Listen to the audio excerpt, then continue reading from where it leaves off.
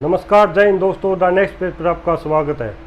दोस्तों, ज़िंदगी में हमें कभी भी हिम्मत नहीं हारनी चाहिए, बल्कि डट कर उनका मुकाबला करना चाहिए। ऐसे ही हमारे साथ जुड़ी हुई है अनीता दुवन जी। अनीता जी, स्वागत आपका हमारे चैनल नमस्कार पे। जी, स्वागत है। मैम, सबसे पहले आप अपने बारे में बताइए हमें। सर, मैं अनीता दुहन, गांव कटवाल, डिस्ट्रिक्ट सोनीपत से हूं और मैं हिंदी लेक्चरर के पद पर कार्यरत हूं।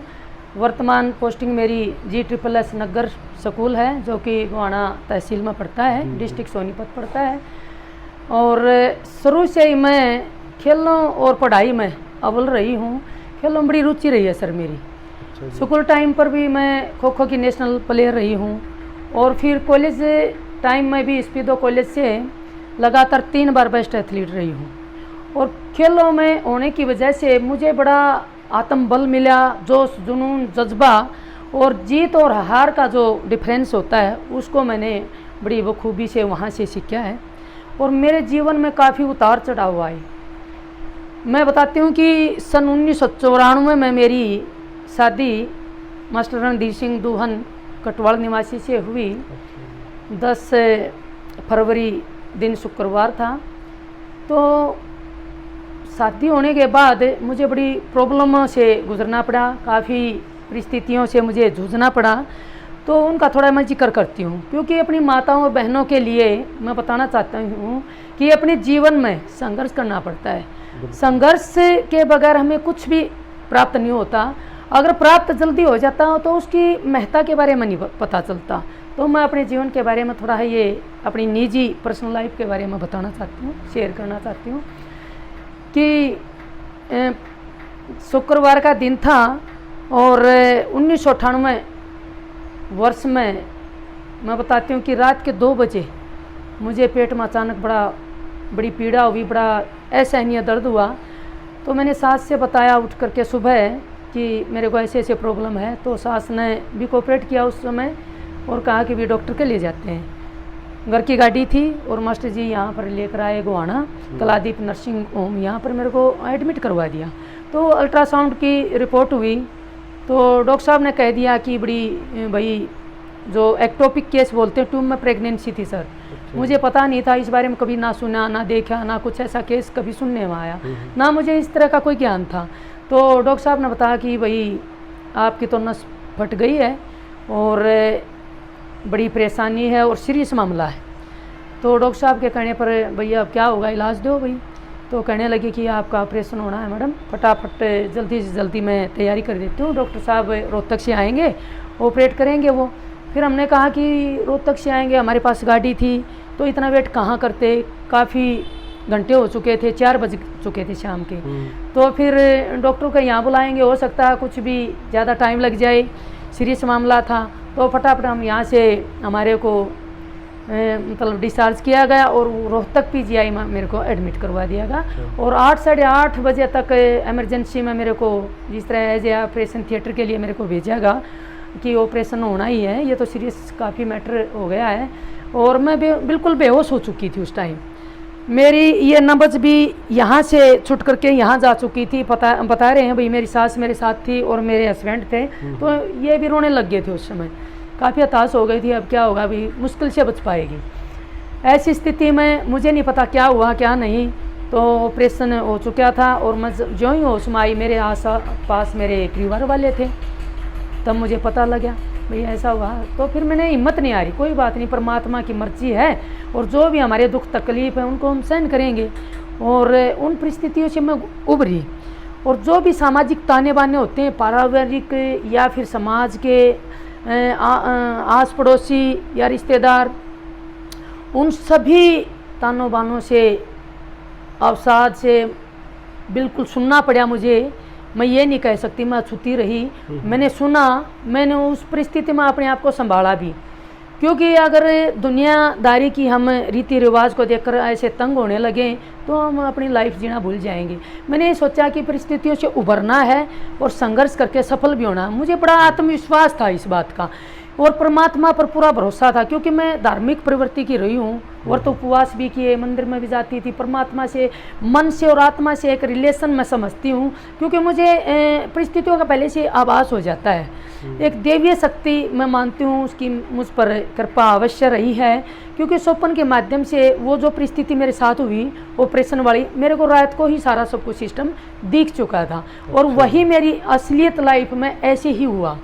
तो उस समय के बाद मैं काफ़ी पता लग गया भाई परमात्मा कोई चीज़ है।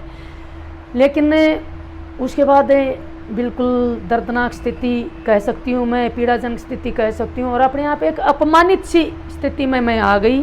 क्योंकि उसके बाद भी 1998 के बाद भी काफ़ी ट्रीटमेंट लिया, देसी दवाइयाँ ली, आयुर्वेद का इलाज लिया, एलोपैथी का इलाज लिया और होम्योपैथी का इलाज लिया, और सारा मैं कहूँ 10 साल तक मैंने क्या क्या परहेज़ नहीं किया, और कहाँ कहाँ जा कर के दर दर की ठोकरें खा करके हॉस्पिटलों में मैंने वेटिंग में खड़े होकर के अपना इंतज़ार करके अपना इलाज करवाया सर। लेकिन उस इलाज से मुझे कुछ भी नहीं मिला। बिल्कुल इलाज करवा के आ जाते थे, परहेज़ करते थे, दवाइयाँ टाइम पर लेना, ये नहीं खाना, वो नहीं पीना। काफ़ी इन परिस्थितियों से मैं दुखी हो चुकी थी, लेकिन फिर भी अपने आप को, आत्मबल को, आत्मविश्वास को मैंने बनाए रखा, और परमात्मा पर भरोसा रखते हुए मैं मतलब 5 मई 2004 को बेटी को जन्म दिया, और माँ का दर्जा मेरे को उस दिन मिला। और मैं अपने आप को संपूर्ण नारीत्व के रूप में जो एहसास होता है औरत का, तो एक ये जो बांझपन की कालिमा मेरे ऊपर लगी हुई थी, भाई बच्चे नहीं जन सकती स्त्री, चाहे कितनी पढ़ी लिखी हो, संस्कारी हो, गुणवान हो, शुद्धि हो, शरीफ हो, कितने ही बड़े ऊंचे ओहदे पर हो, तो उस नारी में जब इतने गुण होते हुए भी एक अवगुण मतलब एक कमी के कारण या देरी के कारण समाज हमारे को तिरस्कृत कर देता है, वैसी नज़रों से देखने लगता है। यहाँ तक मैं बता दूँ कि पहचान एक इस टाइप से की जाती है कि भाई देखो वो मैडम, वो मास्टरनी जिसके अगर जिसको बच्चे नहीं हुए, वो उनके अगर ऐसा है, मतलब एक पहचान सी समाज में बना दी जाती है। बड़ी अटपटी लगती, करते भी तो क्या करते, मजबूरी थी, परिस्थितियों को हम झेल रहे थे। लेकिन एक कटु अनुभव मुझे उनसे मिला, और परिस्थितियों को झेलते हुए, सहन करते हुए अपनी जीवन पथ को आगे ले चलते हुए, और मैं एक दिन कामयाब हुई। परमात्मा की मुझ पर असीम कृपा हुई, और बेटी को 5 मई 2004 को बेटी को जन्म दिया, और मैं बड़ी खुश थी, परिवार वाले सब खुश थे, और मैं सारी पीड़ा को उस झटके में भूल गई। भाई पीछे क्या है, पिछली पास्ट लाइफ को मैं भूल चुकी थी। और फिर क्या हुआ सर, अपने बच्चे के साथ हंसी खुशी से हम परिवार में लालन पालन अच्छा हुआ बच्ची का। और लेकिन समाज में फिर भी एक थोड़ी ये बात आने लगी कि क्या है, एक लड़की तो है, मतलब वो लड़के की चाह मुझे ना होकर के भी मुझे एहसास दिलाया गया कि भी अभी भी अनकम्प्लीट लेडी है, क्योंकि लड़कियों को जन्म नहीं दे पाई। तो फिर दोबारा फिर वही सिलसिला चालू हुआ, इलाज लेने का, फिर डॉक्टरों का जाना, फिर दाएं बाएं जाना, देसी नुस्खे लेना, फिर वो वापस फिर वही मेरी ज़िंदगी रिपीट हुई। लेकिन फिर भी मुझे कोई सफलता हासिल नहीं हुई। लेकिन यहाँ को आना शिफ्ट किया हमने 2013 में, और यहाँ आते ही 15 दिन के बाद ही मेरे को परमात्मा ने चमत्कार एक स्वप्न के माध्यम से दिखाई दिया, और मुझे पूर्ण विश्वास हो गया कि अब मेरे खुशी के दिन आने वाले हैं, और डबल खुशी होने वाली है। बिल्कुल मुझे पता लग गया था कि स्वप्न के माध्यम से कि बेटा ही होना है। तो मैं श्योर हो चुकी थी परमात्मा की मालिक है, उसको बार बार मैं नमस्कार करती हूँ, चमत्कार को नमस्कार करती हूँ, और उस पर आस्था बनाए रखती हूँ। तो फिर वही हुआ कि 6 अप्रैल 2014 को बेटे ने जन्म लिया, यहीं गोहाना का जन्म है। बड़ी खुशी मनाई गई, सारे परिवार में रिश्तेदारों में बड़ी खुशी का माहौल था, और उस परमात्मा का शुक्रिया अदा करती हूँ बार बार। और मुझे एक पूर्ण स्त्री, तो एक पूर्ण नारी का दर्जा मुझे मिला, समाज में एक्सेप्ट किया समाज ने मुझे। तो ये बड़ी एक विडम्बना ही कहूँगी मैं जीवन की स्त्री के लिए। अगर वो बच्चों को ज़्यादा जन्म देती तो भी मुश्किल, अगर वो लड़कियों का जन्म बार बार देती है, उसके तो हाथ में नहीं होता, कुदरत की माया है, लेकिन फिर भी दोषी स्त्री को ही बनाया जाता है। तो ऐसा समाज में नहीं होना चाहिए। स्त्री भी किसी की बहू है, बेटी है, बहन है, प्रेमिका है, जो भी है, हर रिश्ते को वो निभा रही है अच्छी तरीके से। उसमें वो जो गुण हैं उनका आदर तो देखो सर होना ही चाहिए और उसका साथ देना चाहिए। और मैं कहती हूँ कि मास्टर जी ने मेरा बहुत साथ दिया, ये कदम कदम पर मेरे साथ रहे और इन्हीं की वजह से मैं सारा ट्रीटमेंट लेते हुए थक हार के बैठ जाती, ये भी हौसला मुझे देते थे, काफ़ी प्रेरणा मिली। और इसके साथ साथ भी देखिए सर 1993 को मेरी शादी हुई, 1994 में 1 साल के अंदर मैं सरकारी जॉब में आ गई थी। सरकारी जॉब में आने के साथ साथ मैंने अपनी जॉइंट फैमिली था, 4 भाई हैं, ये 4 बहनें हैं मास्टर जी, और सास थी, ससुर, मौसी जी, सारा बड़ा फैमिली था। तो उसमें जॉब करते करते मैंने अपने परिवार के साथ बड़ी एडजस्टमेंट की। ये ना कह दें कि भाई मतलब पढ़ी लिखी है या जॉब करती है, नखरे किसी प्रकार के नखरे नहीं, इनके साथ एडजस्टमेंट करके चलना था। वो मैंने बहुत किया और जो मेरे को एक परिवार का प्यार दुलार भी मिला इस वजह से। और मैं अपनी एजुकेशन के बारे में बता दूं, मैं MA MPhil हिंदी से और D.Ed B.Ed हूँ। इसमें मास्टर जी का काफ़ी सहयोग रहा। और मेरे परिवारजनों में गांव हाट की बेटी हूँ, डिस्ट्रिक्ट जींद से हूँ।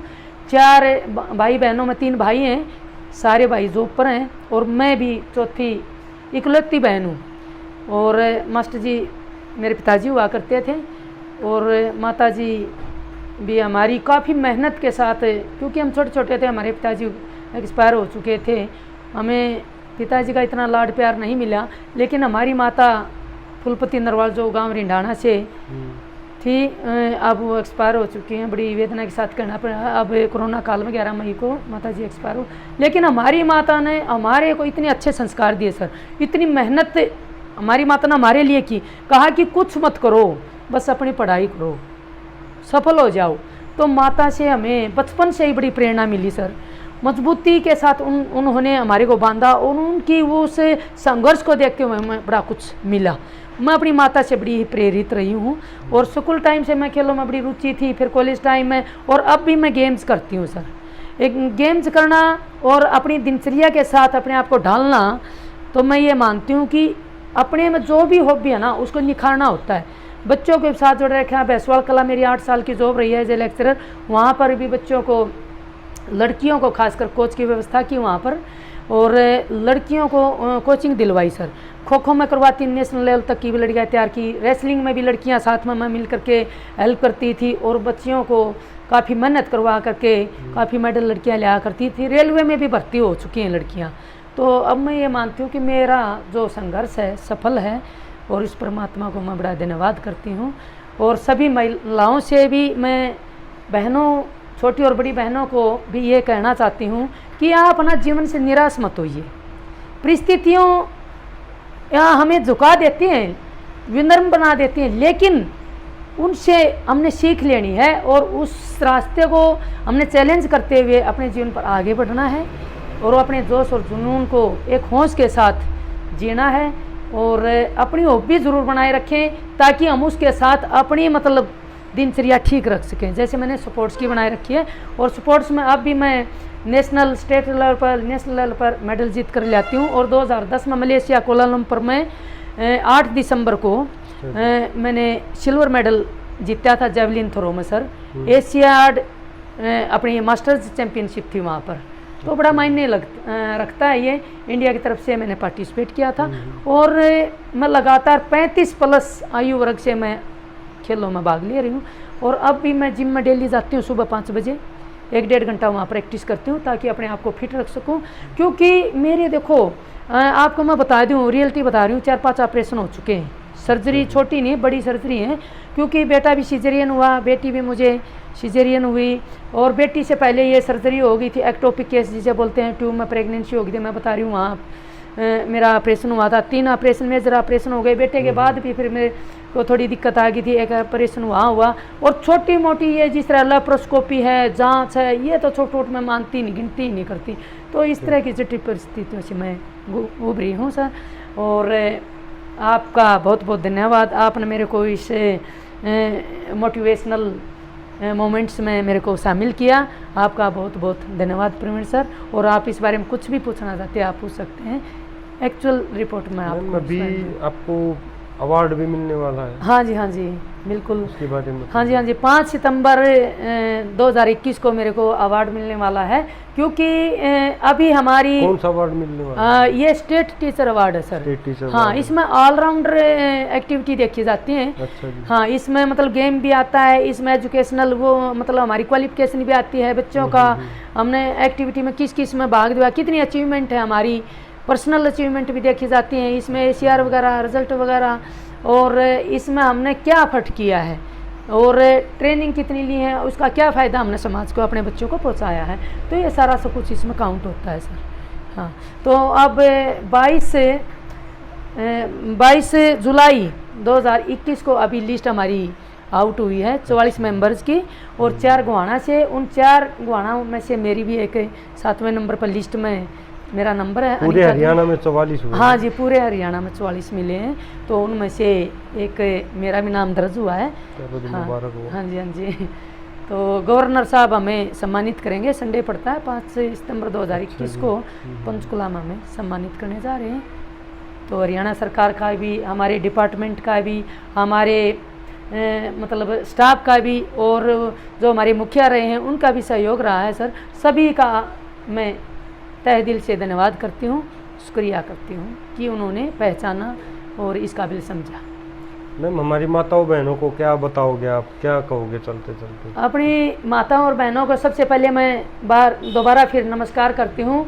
मैं बहनों से कहना चाहूँगी कि किसी भी परिस्थिति से घबराना नहीं है, ठीक है, उसका मुकाबला करें और अपने विवेक से उस परिस्थिति को मतलब अनुभव करते हुए, उसको फेस करते हुए उस स्थिति से अपने आप को उबारें, निकलें उससे, अपने आप को उसमें विचलित मत कर देना, और विचलित कर करके अपने आप को ऐसे डिसीजन मत ले लेना कि जिसमें हम लाइफ में ही ना रहें।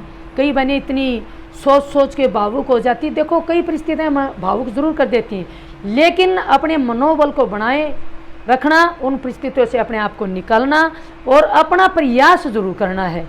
जो भी अपना प्रयास है उसको कायम रखें, और अपनी एक शरीर के साथ मेहनत अवश्य करें, उसमें या योगा करें, प्राणायाम करें, मेडिटेशन करें, या स्पोर्ट्स करें, या जॉगिंग करें, ठीक है सर। अपने मतलब हेल्थ से संबंधित अवेयर जरूर रहें, क्योंकि लेडी की बड़ी प्रॉब्लम रहती है, वो ना अपने लिए समय नहीं दे पाती और अपने घर परिवार बच्चों के लिए उसी में लगी रहती है, तो अपने आप को भूल जाती है। मैं सबसे पहले ये कहती हूँ कि अपनी डाइट और फाइट, अगर हम अच्छी डाइट लेंगे तो हम फाइट कर पाएंगे। अगर हमारे में ये शरीर में कमजोरी है तो हम फाइट कहाँ से कर पाएंगे। और फाइट करना ये एक संघर्ष है, और संघर्ष ही हमारा जीवन है, और जीवन जीना एक कला है। जिंदगी को बिताना अलग बात है, जिंदगी को जीना एक कला के साथ, वो बहुत ही अच्छा मायने रखता है। हाँ, सबसे बड़ी बात है सर। तो मैं ये कहना चाहूँगी अपने पर भी अवश्य समय दें, मैं जहाँ भी रहती हूँ, और वहीं एक खुशनुमा माहौल होना चाहिए।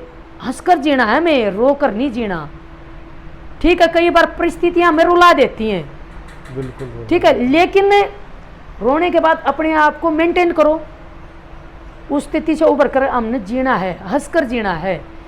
तो एक हंसमुख अपने में एक मिलनसार के जो स्वभाव होता है, ऐसे खुश रहिए, और अंदर का जो दर्द है उसको सब आगे गाने की जरूरत नहीं है, रोने की आवश्यकता नहीं है। कोई नहीं किसी का दर्द बटाता, सच्चाई है, जीवन का कटु अनुभव है सर, ठीक है। 1 मिनट के लिए बता लेंगे, 2 मिनट के लिए, लेकिन जो हमारे अंदर, हमारे जहन में जो एहसास है, उस एहसास को कोई नहीं समझता। ये सच्चाई है, बिल्कुल सच्चाई है। तो सच्चाई को स्वीकार करना पड़ेगा, और सच्चाई के साथ अपने आप को ना समाज में एक बोल्ड मतलब मैं ये कहूँगी कि अच्छे व्यक्तित्व के साथ अपने आप को बाहर कर लाना पड़ेगा। लेडी को मजबूत होना पड़ेगा, अपने इरादों से मजबूत होना पड़ेगा। बिल्कुल। हाँ जी, कमज़ोर का सहारा कोई नहीं बन के आता, और जब हम स्ट्रोंग होते हैं, जब हमें किसी चीज़ में हम सफल हो जाते हैं सर, बधाई देने वालों को ताता लगता है, काफ़ी ये लगता है अच्छा ये भी अपना है, ये भी अपनी लाइन में, ये भी अपनी लाइन में। जब हमें दुखी होते हैं, कमज़ोर हो जाते हैं, तो उस समय तो कोई विरला ही होता है जो हमें साथ दे पाता है। आत्मबल ही, आत्मविश्वास ही उस टाइम आता है भाई काम। नहीं तो कई माताएं बहनें बेचारी गरीबी लगा लो, या फिर समाज के ताने बाने लगा लो, या फिर आत्मबल कमज़ोर होने की वजह लगा लो, तो वो कुछ गलत सोच जाती हैं, सुसाइड तक कर जाती हैं। अपने आप को आत्मदाह के लिए या मतलब जला लेना या फिर भाई फांसी ले लेना। तो मैं अपनी बहनों से हाथ जोड़कर कहती हूँ कि ऐसा कदम बिल्कुल भी ना उठाएं। और समय हमेशा एक सा नहीं रहता, समय बदलता रहता है, कभी दिन है तो कभी रात है, कभी बादल छाते हैं तो हटते भी हैं। तो उस परमात्मा पर जो हमारी सर्वोच्च पावर है, सुप्रीम पावर है, उस पर अवश्य आप विश्वास बनाए रखना। वो परमात्मा हमें रास्ता दिखा देता है और वो हमें सब कुछ देता है। कहते हैं ना कि भगवान के घर देर है अंधेर नहीं है, ये बिल्कुल सच्चाई है sir. Thank you ma'am. Okay sir, thank you sir. दोस्तों, अगर एक भी माता बहन इस वीडियो से प्रेरित होती है, मोटिवेट होती है, तो हम ये समझेंगे कि हमारा वीडियो बनाने का उद्देश्य पूरा हुआ। चैनल को सब्सक्राइब ज़रूर करना। Thank you. जय हिंद दोस्तों, मिलते हैं दाने।